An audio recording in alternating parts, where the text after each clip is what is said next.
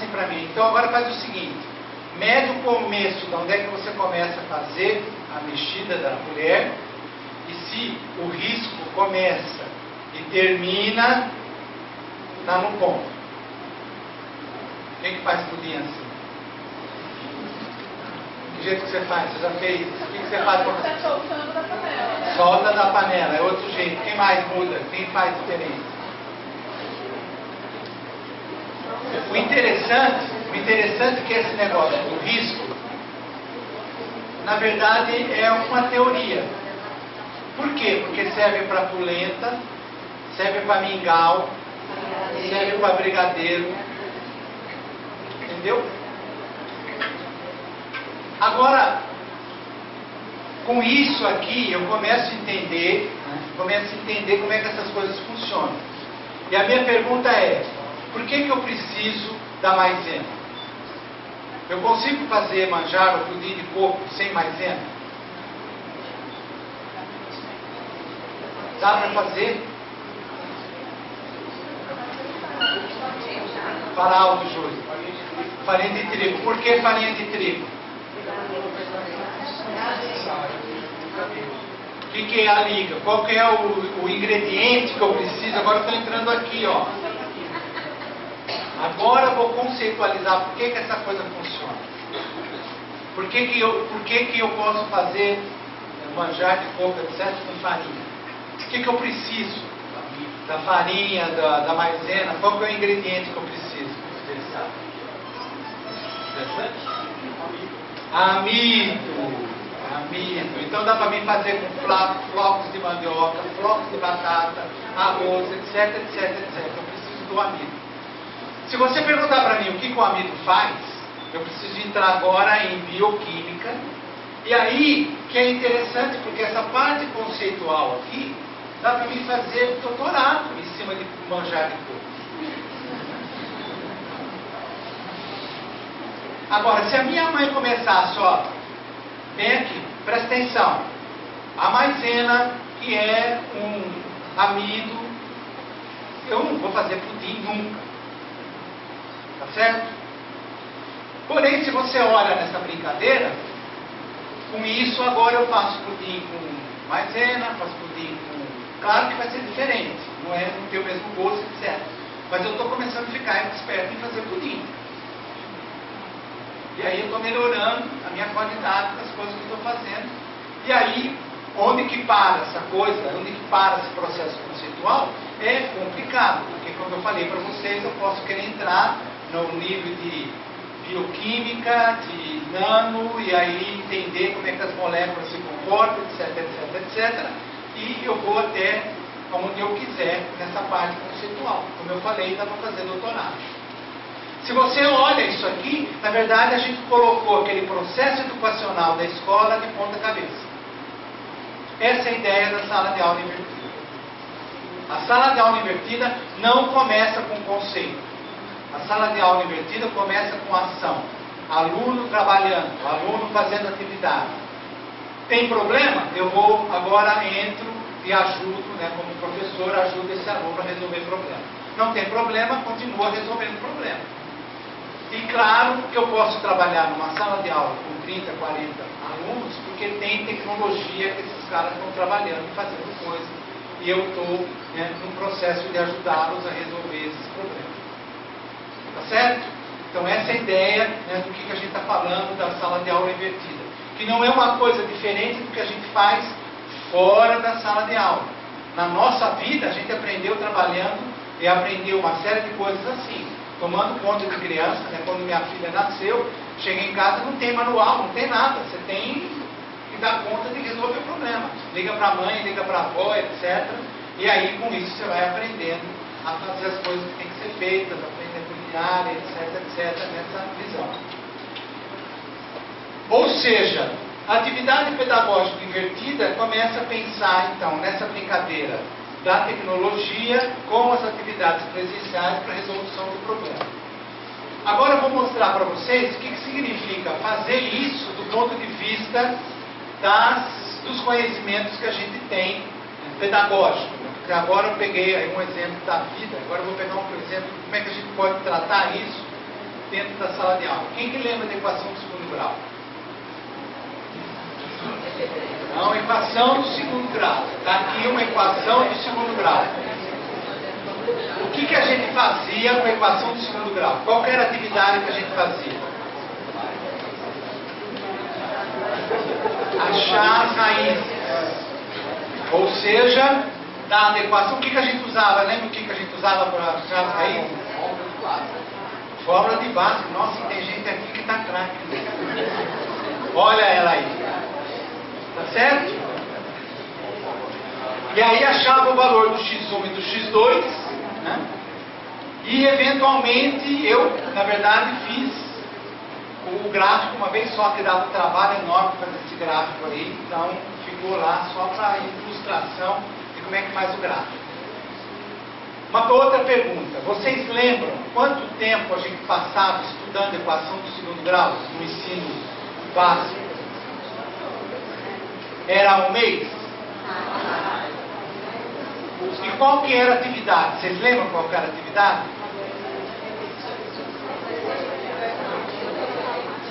Na verdade, o que eles faziam com a gente era pegar, né, o valor do A negativo, ver o que acontecia, aí o valor do B negativo, tira o B, coloca o C é zero, e dá-lhe exercício, né, no sentido de você fazer halterofilismo neurológico para fixar e entender o que essas coisas funcionavam. Agora a gente tem alguns softwares. Vamos ver se eu consigo sair daqui.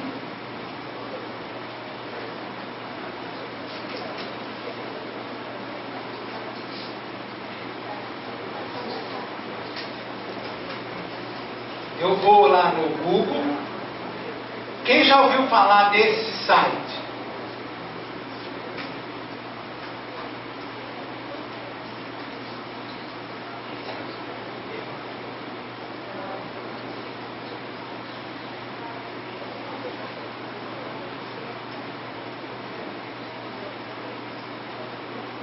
Tem traduzido.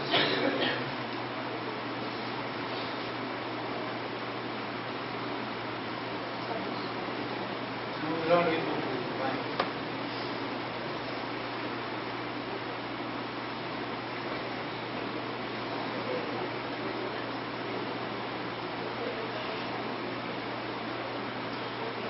Quem já ouviu falar nesse site? Então, é um site muito interessante que ele foi desenvolvido pela Universidade de Colorado. E eles têm uma quantidade de recursos muito grande, fizeram um trabalho bastante interessante. E aí, então, se vocês entram aqui nas simulações,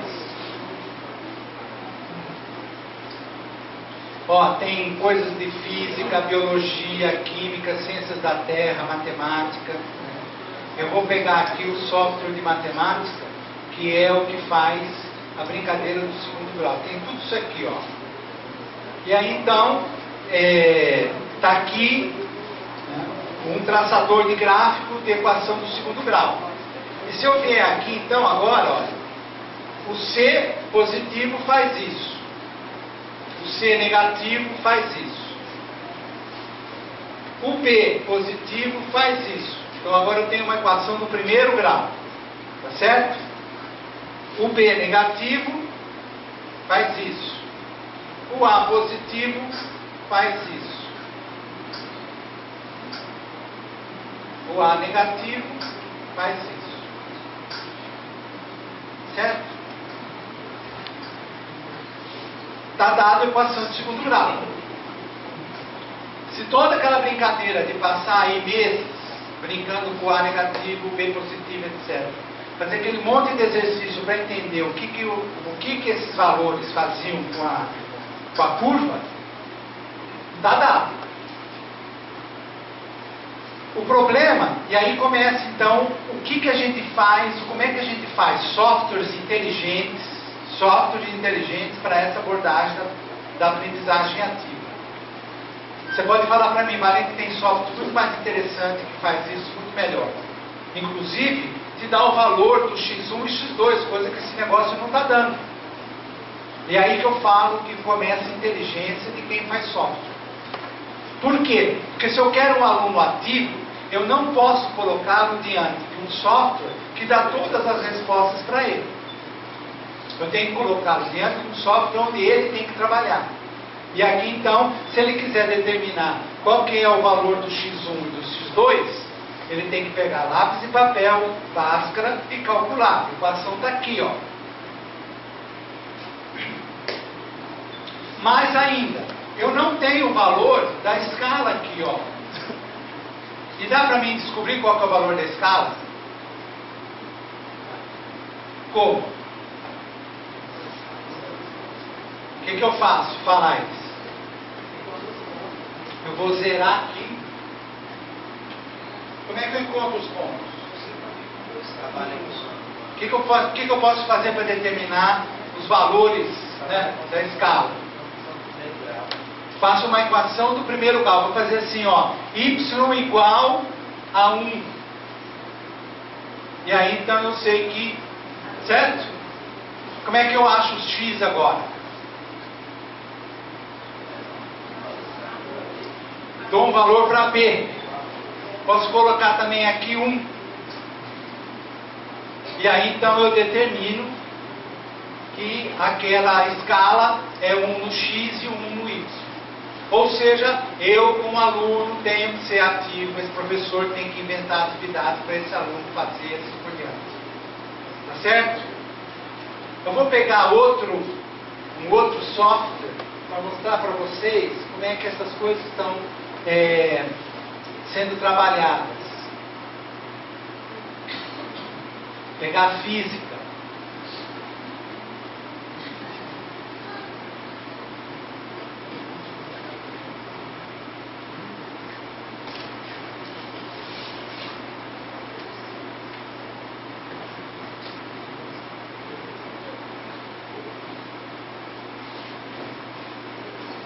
Então, dentro de física, eu vou pegar um problema que vocês conhecem bastante.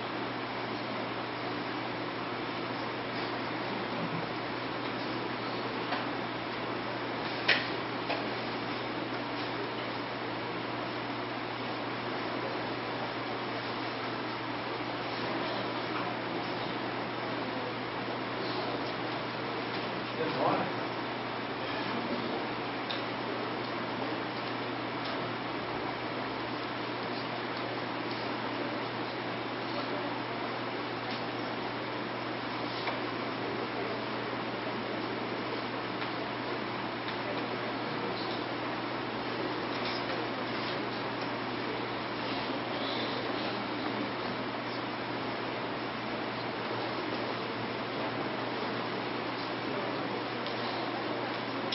Carregar isso aqui.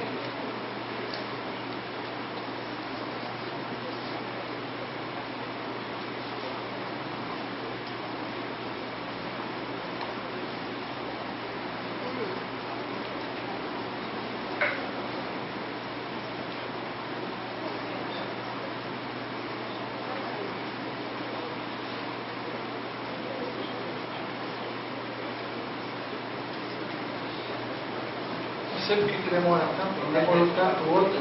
Hã? Tá ruim?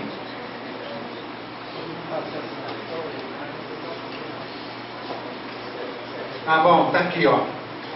Então, eu tenho as variáveis aqui, tá vendo? Eu tenho o ângulo, esse ângulo aqui, ó, 80 graus, velocidade inicial da bola 18, a massa da bola 2, e aí então eu dou um tiro. O alvo está aqui, ó. O que eu tenho que fazer com o ângulo? O ângulo é 80, tá vendo? Aqui, esse aqui é o ângulo 80, ó. O que eu tenho que fazer? Diminuir ou aumentar? Diminuir. Diminuir. Quanto que eu ponho aqui? 65. Quanto? Fala alto. 70? 60. Então 70, ó. Aqui é 80 e aqui é 60. 75. 75.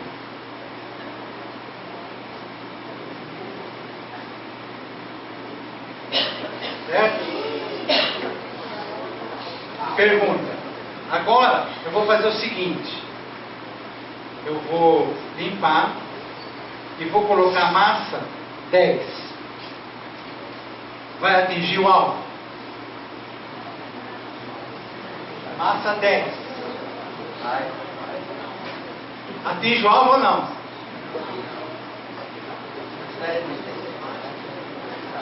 Hã?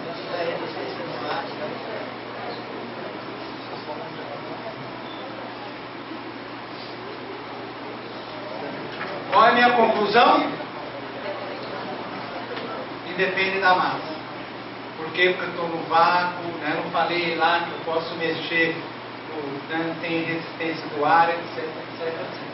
Ou seja, eu estou trabalhando agora num software que eu começo então a pensar como é que essas variáveis funcionam.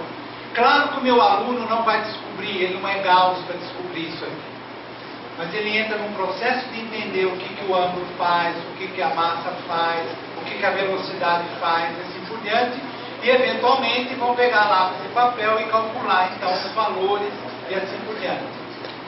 Uma outra coisa, assim, não sei se dá tempo de eu fazer isso, mas eu gosto de mostrar isso.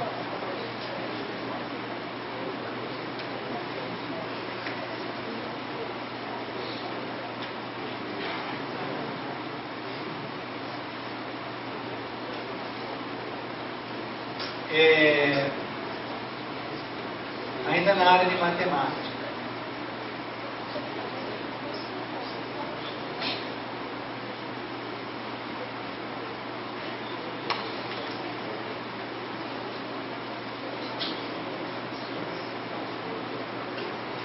Esse aqui é um traçador de cálculo.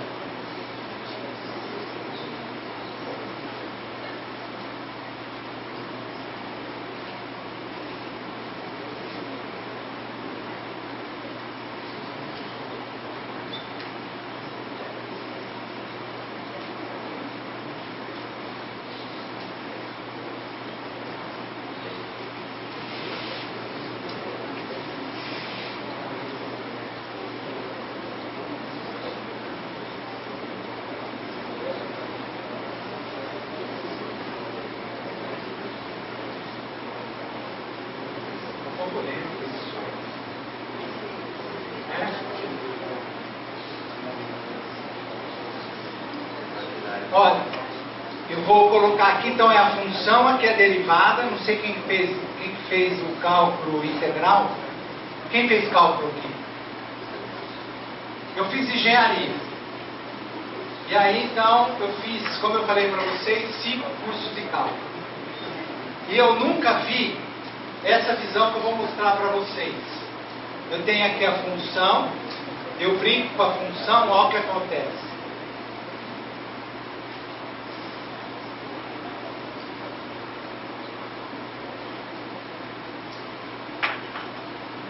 Isso por quê? Porque cálculo 1 é limite, cálculo 2 é da derivada, depois você dá integral, aí da integral dupla, não sei o que, tudo segmentado.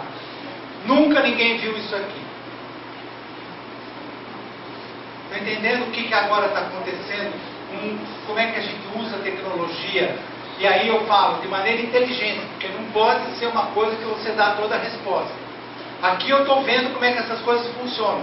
Eu não tenho o valor do cálculo, eu tenho que fazer o cálculo, tenho que pegar lápis e papel e fazer isso na mão. Então tem coisas que vão ficar para o computador e tem coisas que vão ficar para o lápis e papel. Não é uma questão de substituição. E não é um software que me dá todas as respostas. Por quê? Porque se me der todas as respostas eu não vou ser ativo. Eu tenho que ser ativo, eu tenho que criar condições para o aluno ser ativo. Bom, vamos voltar lá para...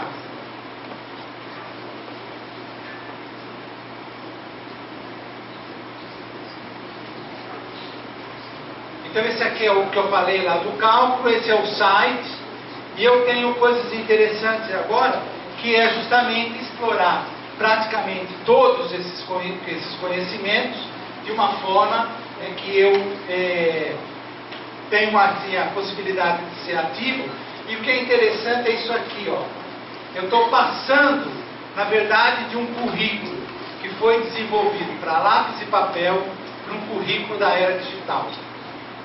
E isso é válido para todas as áreas, de todos os níveis, desde o ensino infantil até o ensino superior, pós-graduação.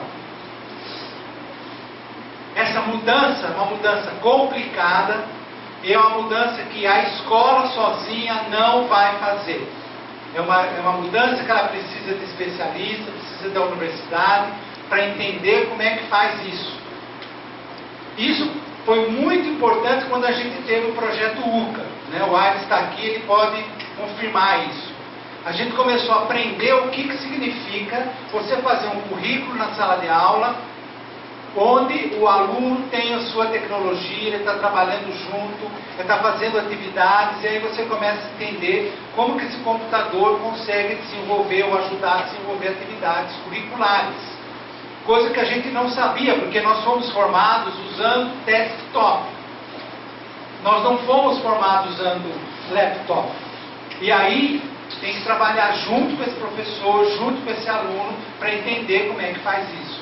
Então o projeto UCA foi de uma importância extrema. A gente só pode estar falando isso para vocês aqui, porque a gente viveu isso e viu como que essas coisas aconteciam na sala de aula, quando o aluno tinha tecnologia na mochila. E aí a gente viu o que ele fazia com a tecnologia, o que era possível fazer, o que ficava por lápis de papel e assim por diante. E isso você tem que trabalhar junto com o professor. Não dá para esse professor lá sozinho, né, no ensino básico, entender como é que faz. E nem nós, na universidade, tentando entender como é que faz isso na sala de aula, sem ter ido na sala de aula e ver o que esse professor está fazendo. Então essa parceria na construção desse conhecimento aí é extremamente importante. E a gente viu no UCA, né, como é que isso foi importante. Bom, vamos para frente. Aí começa a tecnologia. E como é que essa tecnologia está sendo usada agora? Primeiro eu mostrei como é que ela pode ser usada para resolver uma determinada atividade. Aqui eu vou usar para começar a entender como que eu posso ter o suporte de uma pessoa para me ajudar a resolver problemas. Então, a tecnologia agora, dessa maneira, começa a quebrar fronteiras. Eu já não sei mais o que é a distância, o que é presencial. Eu posso ter pessoas sentadas aqui me ouvindo, presencial, e tem pessoas que tiram o celular, começam a navegar. Significa que ela está aqui? Que é o problema que nós estamos tendo na sala de aula hoje, quando o aluno senta e a gente não sabe mais o que ele está fazendo. Ele pode estar até ajudando esse professor na frente, usando, etc. Só que a gente não sabe. E aí o que está sendo feito, não sei como é que está aqui, mas em São Paulo proibiram o uso de eletrônicos em sala de aula, para não atrapalhar o professor. Proibiram. Bom, aí então como é que isso funciona? Funciona mais ou menos como funcionou o telefone lá no caso da minha mãe. Estou eu fazendo pudim, o pudim não está dando certo, eu peço ajuda, ela conhece, reflete sobre aquilo, fala, está faltando maisena, me manda a informação, eu faço, continuo fazendo pudim. Eu poderia ter o uso de outros colegas, outras pessoas que me ajudem a fazer pudim. Ou seja, a tecnologia aqui não está para passar informação. Ela está para ajudar, auxiliar esse aluno no processo de resolver problemas. E aí a gente chama isso do estar junto virtual, presencial e assim por dentro. Ou seja, eu já não tenho mais essa ideia do que é virtual, do que é presencial. E o estar junto, então, combina atividades presenciais à distância, aprendiz no contexto vai resolvendo tarefa, que é o caso lá de eu estar resolvendo o meu pudim, aprendizagem é construção de conhecimento, e a tecnologia é esse estar junto do expert, que me ajuda a resolver problemas. Bom, exemplos de sala de aula invertida. Isso aqui, então, foi o MIT em 2003. Eles tinham um problema bastante sério, que todos os alunos que entram no MIT, 1000 alunos mais ou menos por ano, todo mundo faz 2 cursos de física. Os professores desses cursos aí, então, tem lá o grande prêmio Nobel que vai dar um show, né, uma aula de 1 hora, toda a entourage do departamento lá para ajudá-lo. Esses 1000 alunos são divididos em grupos de 50, que aí são os professores do departamento que fazem o livro-texto, etc. E esses 50 são divididos em 10, onde os alunos de pós-graduação ajudam a resolver problemas e assim por diante. Ou seja, é uma estrutura enorme para dar conta de ajudar esses alunos. Alta porcentagem de evasão e repetência. E aí entrou um negócio interessante. Os pais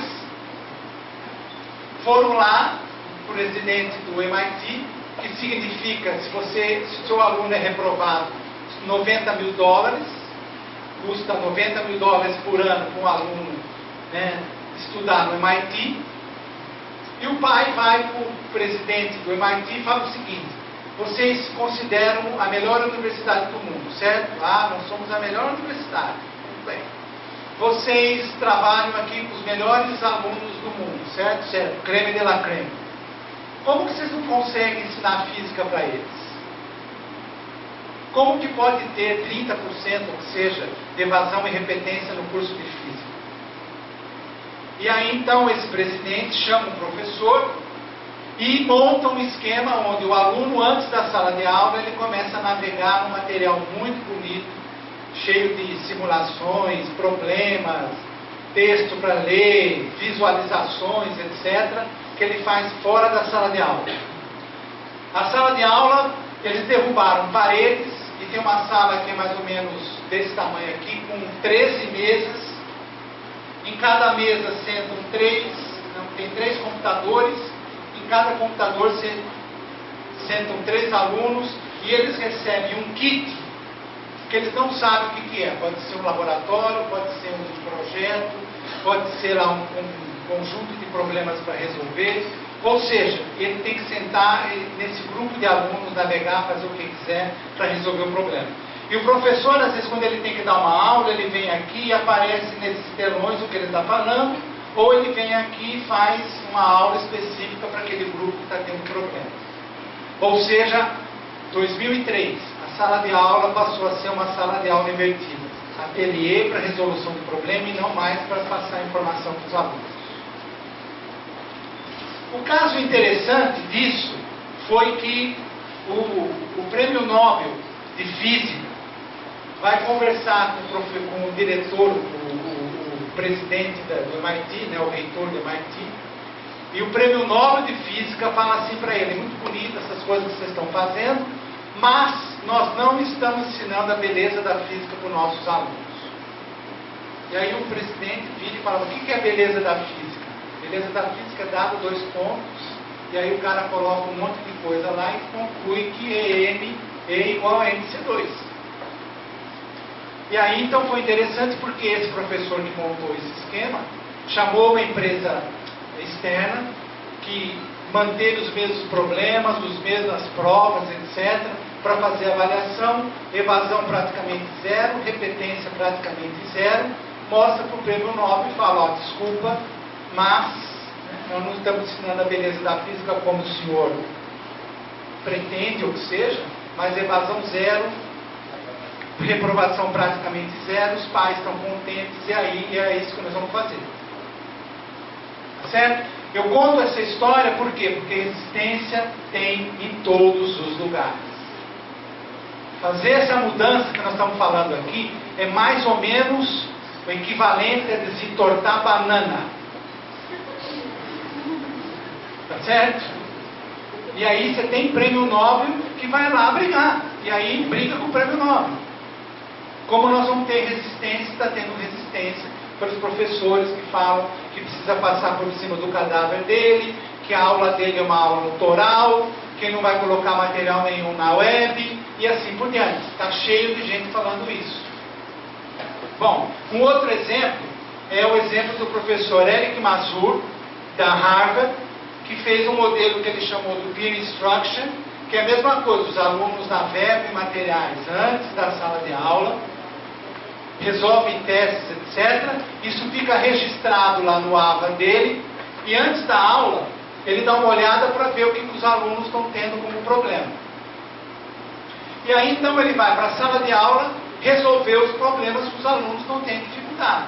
Se o aluno já aprendeu, já viu, já resolveu determinados problemas, passa a trabalhar com isso. E aí então ele vem dar uma aula rapidinha sobre aquele tema, dá um exercício, e os alunos então eles têm uma espécie de clicker, que é uma coisa que